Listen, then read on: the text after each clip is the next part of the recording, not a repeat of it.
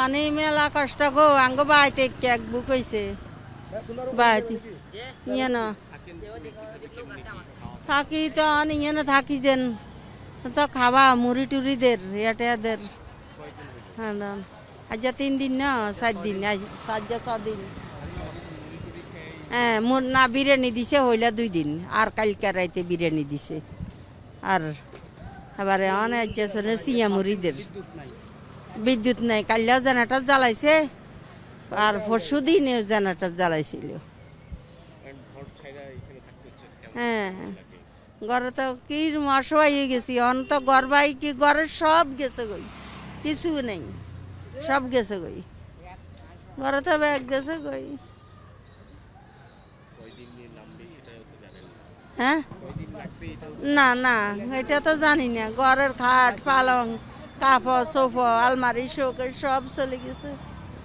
অশিক্ষা মানুষ ডায়াবেটিস জ্বালা মানুষ ডাক্তারের কাছে যাইতাম দাগনমিয়া যাইয়ে দাগনমিয়া ডাক্তার দেখামো আমরা দাগনমিয়া উপজেলার এই অঞ্চলটা দাগনমিয়া পৌরসভা 7 নম্বর ওয়ার্ড এই দাগনমিয়ার প্রত্যন্ত অঞ্চলে এখানে অন্তত 20টি গ্রাম পিছনে পানিবন্দী অবস্থা আছে সেটা 10 ফুটের উপরে ভিতরের দিকে আমাদের দিকে 7 ফুটের দিকে দীর্ঘ সময় পর্যন্ত কোনো ত্রাণ আসে নাই আমার এই অঞ্চলের মানুষ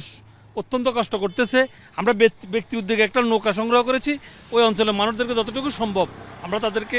চেষ্টা করতেছি উদ্ধার কার্য করার জন্য এখনও লোক আসতেছে আজকে 10 দিন আমার একটা বাড়ি আছে এখানে আমি 15টা পরিবারকে জায়গা দিয়েছি তা তো সম্ভব না মানুষ কিন্তু সীমাহীন কষ্ট করতেছে উল্লেখ্য গতকাল 3 জন লোক মারা গিয়েছে মাটি দেওয়ার জায়গা নেই আমাদের উজির মিয়া জামা মসজিদের একটা কবরস্থান আছে সেখানে আমি 3 জনকে সাহায্য করার বদ্ধ হচ্ছি আসলে সরকার যদি এদিকে সুদৃষ্টি না নেয় আমরা অত্যন্ত বেহাল দশা হবে এই অঞ্চলের মানুষের কষ্ট সীমা থাকবে না মানুষ আসলে